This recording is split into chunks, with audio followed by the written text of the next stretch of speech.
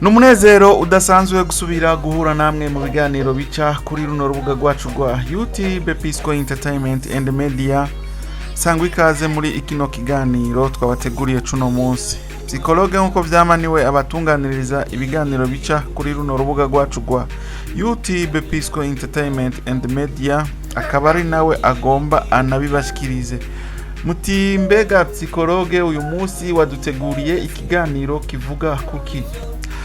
Turabakura aha tukabatwara hariya kugira ngo tubahe amakuru yahana hariya kugira ngo muyamenye nico twaziriye rero. Pisco Entertainment and Media niko dukora. Uyu munsi rero nabateguriye amakuru avuga ku gihugu gikomeye cyane, igihugu kimwe mu bihugu vya rutura, ni igihugu ca Canada.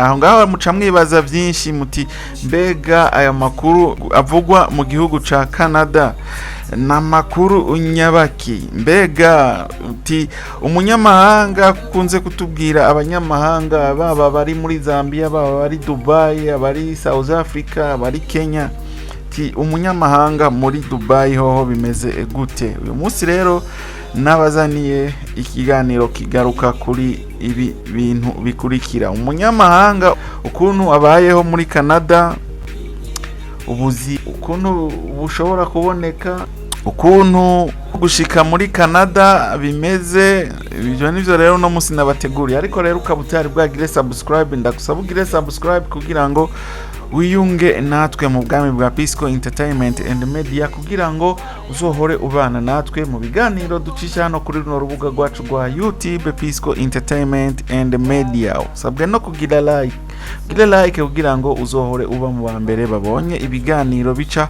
kuri runo rubuga rwacu rwa YouTube Pisco Entertainment and Media. Uraza no kugira partage kugira ngo kino kiganiro gishikire abantu benshi, na commentaire yawe kumbure ushobora kuba uri kuratwumviriza uri muri Canada canke warabaye muri Canada canke ufise amakuru yandi tutashoboye kuvuga kuri ibi vyerekeye ubuzima bw'abanyamahanga muri Canada. Reka tumira amateka toya rero ndaje nce ndababwira ivyo nabateguriye muri kino kiganiro.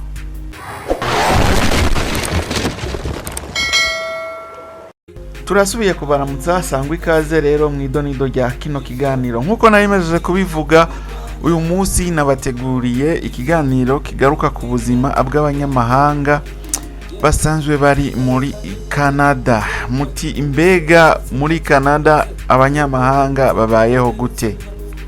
Canada ni kimwe mu bihugu bikurura abanyamahanga benshi buri mwaka kubera ubutunzi bwiza, umutekano, amashure meza n'amahigwe y'akazi. Abantu baturuka muri Afrika, abaturuka muri Aziya, abaturuka i Burayi n'ahandi hatandukanye barimukira muri iki gihugu gushaka akazi, gushaka ubuzima bwiza muri kino gihugu ca Canada. Rero ngaho onyimaze kumva yuko abanyafrika bajayo ari benshi, n'abanyaziya n'abavuye mu yindi mihingo itandukanye, uca wumva yuko kino gihugu naco gihurumbirwa n'abantu benshi cyane. Aha muca mwibaza muti mbega biroroshe kuba mu gihugu ca Canada?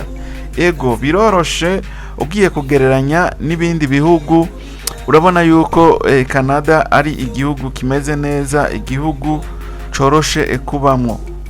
Kuba muri Canada birashoboka, ariko bisaba kwitegura neza. Mu ntango ubuzima ushobora kugorana, murabyumva, kandi si no muri Canada gusa, n'ahandi hose. Mu gihe uba uhinduye akarere, uhinduye klima, uhinduye milieu, ubuzima butegerezwa kugorana gatoya. Bushobora kugorana kubera ikirere gikonje canke ikirere gikanye cyane mu gihe cyo mu bukonje canke mu gihe haba hakanye. Kuko uvuye nko ngaho iwacu wahora wibera nk'Ibujumbura, ukacushika ugashikira hari yanyu ugasanga ni muri hiver, dusanga ico gihe bikugoye cyane gose. Bushobora kugorana kubera kubona akazi ubwa mbere bishobora gufata ikindi gihe. Birumva birashobora kugorana kubera ushobora gufata umwanya muniniya utariko urakora ugasanga ibintu biragoye cyane, ugaza usanga ubuzima umengo buragizene, umengo ubuzima butera abugorana. Ikindi naco amazu yaho arazimbye cyane. Murumva yuko amazu yo muri Canada azimbye, mu bisagara bikuru usanga amazu ya Canada azimbye cyane. Ariko iyo umuntu aronse akazi kandi akamenyera ubuzima bwo muri Canada, ibintu biroroha cyane. Murabyumva yuko umaze kuronka akazi kandi wamenyereye klima yaho, wamenyereye ubuzima bwaho, muri Canada biroroshe kuhaba, usanga ari ubuzima bumeze neza. Reka tuve muri ivyo tubanze twibaze duti n'ubuhebuzi bukorwa muri Canada, n'ubuhebuzi bushobora kuboneka ku banyamahanga muri Canada. N'ubuzi bwinshi buboneka muri Canada, abanyamahanga benshi bakora. Abanyamahanga benshi uzobasanga mu buzi bw'ubwubatsi, usanga ari abubatsi, usanga ari abafundi, hariho n'akandi kazi gutwara amakamyo, ico bita truck driver, abashoferi banyonga amakamyo. Urumva yuko ku banyamahanga ubwo buzi nabwo nyene buriyo. Kacabaho n'ubuzi bw'ubuganga, ubuforomakazi, ubuforoma, kuba umuforoma, kuba umuganga, ubuzi bw'ubuforomakazi cyangwa bw'ubuforoma, ubwo buzi nabwo nyene buriyo. Gukora mu mahoteli no mu maresitora, ubwo buzi burakorwa n'abanyamahanga cyane muri Canada. Ubuzi nk'ubwo buriyo bwinshi cyane. Ubuhinga bwa informatique, IT informatique, ukaba wiyemera kuri informatique, uwo n'umwuga ukomeye cyane muri Canada. Umaze gushikayo ushobora kuronka akazi kameze neza, akazi ko gukora muri informatique. Ni mu gihe uzoba warize ushobora kuba warize informatique de gestion, cyangwa ukaba warize informatique de maintenance, warize bijya byerekeye gutengeneza mu mashini. Aho ushitse muri Canada uraronka akazi kameze neza. Hariho akandi kazi rero gakorwa n'abanyamahanga cyane, akazi ko gukora mu mahinguriro. Ubuzi bwo gukora mu mahinguriro, mu ma industry, ku banyamahanga ubwo buzi buraboneka cyane cyane cyane cyane cyane gose.